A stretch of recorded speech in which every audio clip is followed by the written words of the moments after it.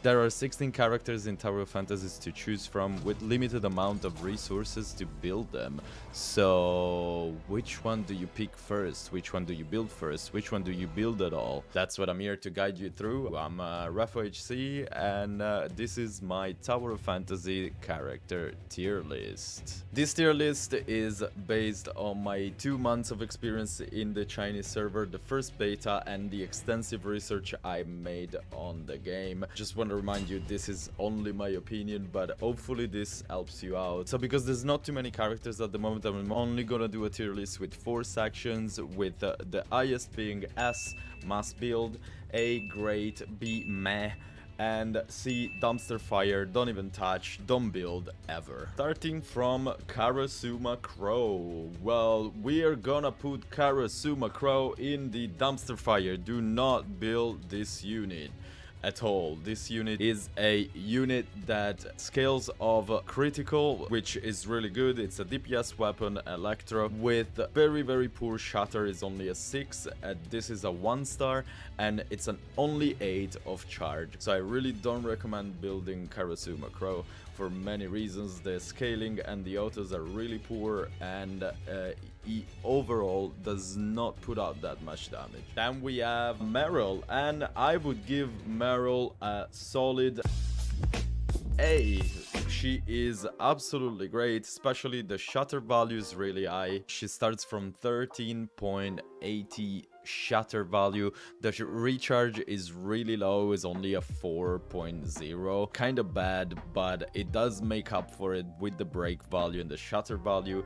It is a resistance weapon because it's a tank weapon on the frost element. Her weapon skill is pretty range. She leaps into the air and she shoots ice slashes at people, which makes her quite valuable, especially for PvP. Now Cobalt B, she goes in the A section as well. The reason for that is the pretty low shatter value. It's a range weapon on the fire element with a pretty consistent recharge value of 10 and a crit value. I would put her even a little bit higher once you do get stars on it. The DPS here is really good, and fire as an element overall is really good in this game because there's not many enemies that have resistances to it. So having a fire weapon that shoots that fast and scales on crit, it's pretty good. Now for Zero.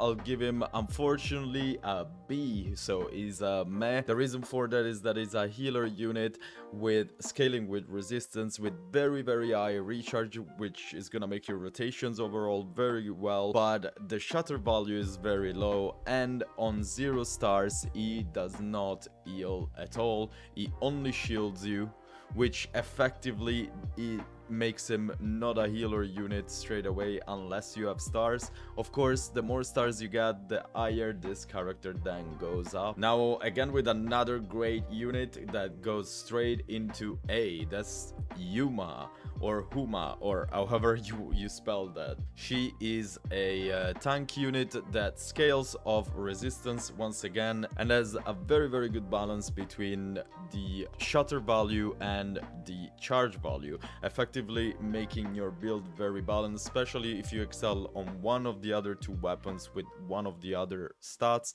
Then she complements both, so it's a pretty good weapon to have. The damage is pretty high and is a fire weapon again, tank weapon as a taunt, so effectively this is one of the best weapons I've tried so far. Now for Shiro, she is an amazing unit. She is so good that I would put her in S tier. The reason for that, and bear in mind she does have a few flaws, but even those flaws with the amount of hits that this weapon does is absolutely amazing. She is a physical DPS scaling on crit, which is already great, and has a value of shatter which is 1140 to start with and only 6 charge, so that's one of the few flaws that she has.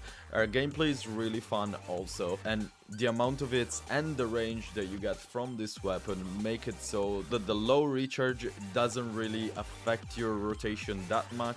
plus the very high shatter value at 0 stars. This is absolutely one of the most damaging weapons, DPS weapons. However, there is not many enemies weak to physical damage, so that's another letdown. I'll still put her in S because I'm having a lot of fun playing Shiro. For Tsubasa here, I would put her in A. She's absolutely great. However, because of the lack of damage and shatter value that this weapon has, I am gonna have to go with Meh. However, again, with more stars and more refinements or constellation, however you wanna call them, on this weapon and her perfect set, she does go up a little bit, but I wouldn't put her too high just because of that very low shatter value does affect your damage in the long goal. However, her charge attack does shoot a ton of arrows as well as her ulti. That explains why the shatter value is that low and the charge value is very high, so the rotation is gonna be great. However, the damage isn't that great even though she scales from crit. Now we have a character that a lot of people are gonna recognize. It's called Diluc. King. As hyped as Diluc was in the beginning of Genshin, and then how it went down and down patch after patch after patch. He is considered to be the best fire DPS here, and he has a cool sight, I get that. However, I am not going to put him higher than A. His damage is really good and his skill works really well. However, he is a unit that scales of resistance instead of crit. Even though is a DPS weapon for some reason, he has very high shatter value, starts from 1250 at 0 stars. I have a star 1 that improves very quickly, plus the effect is really good and the recharge is really low, making him effectively very good but not yet perfect. So I would not put him on S tier, but is really close to B because the damage makes up for it. For Mommy Claudia, I would definitely put her in S tier. No, I'm kidding. She is a B tier, sadly. She is a DPS physical unit that scales off of resistance again. However, she has a very high recharge value and a mid-low shatter value, which effectively makes her very valuable. The damage is there and the weapon skill is off cooldown very quickly, about 6 seconds every use, which is very valuable, especially early game considering the high recharge. However, late game, the fact that she has very low break value and the fact that not many enemies are weak to fizz, this weapon really falls off. So I would not recommend over investing too much on this weapon unless of course you get many stars, but on a 1 star you should probably not take this higher than 60, and then by that time hopefully you'll get another SSR. Now for Mami Samir, and this time unironically I will actually put her on S tier. She is absolutely one of the best units in this game. She is an electro DPS ranged pistols weapon, scaling from crit with very high recharge value, very low shatter value. However, does make up for it with the hits that you're shooting, and the weapon skill comes off cooldown very quickly, also effectively making this weapon one of the highest damaging weapons. The only letdown I see from this weapon is the way the animation works for the dodge attack. Shoots you up in the air and then effectively you might miss your target. Other than that, if you do manage to get all your hits in, the recharge is absolutely insane and the damage is pretty nutty. Coco Ritter, which is absolutely the best healer in this game, goes right above in S. One of the many reasons is the fact that she's an healer weapon on the frost element, scaling on resistance again with very high recharge value, 1250 to start with.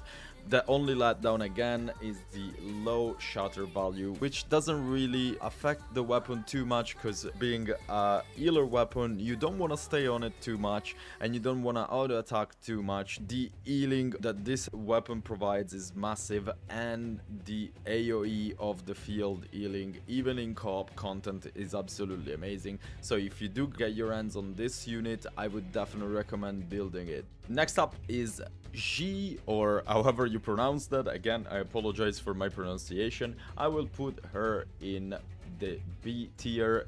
She's a meh. Undoubtedly one of the most fun characters to play, especially early game with low stars. She is a tank frost weapon that scales on resistance, which is all fine, but the recharge is so bad, and the shatter doesn't make up for the fact that the recharge is that bad. Plus the weapon itself, playing it is really slow. You are gonna see a little bit of damage from this weapon, and by all means, to do a tank build, this is quite valuable early game, but I wouldn't take it past level 60 at best.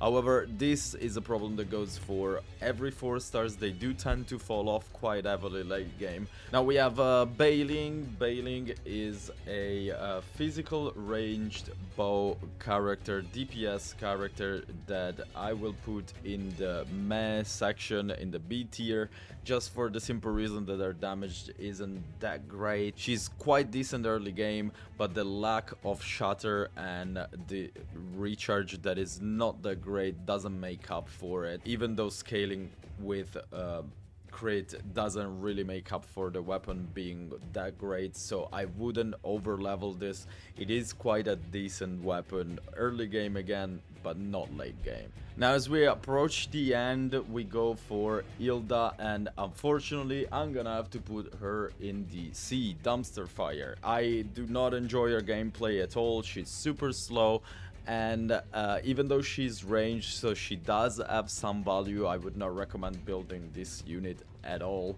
especially because her weapon skill makes it so vulnerable that it almost makes no sense to even have that weapon skill. Her stats are all good in theory. Her shatter value is pretty high, especially once you use the weapon skill. She scales over resistance and the recharge is very high, so she does have some value, but the gameplay and the way she plays, it's so horrible. Pepper here instead I will put in the A section. She is the only SR unit that deserves a spot with the greatest SSR unit, specifically because she's a healer with a very high recharge value, scaling on resistance, which for a healer weapon is totally fine, with low shatter value, which as we said for healing weapons is not that important because you're not gonna auto too much, making this effectively very useful even for late game, especially because it's just one of the few healing weapons that the game gives you, so quite valuable to have, and you can definitely afford leveling this up,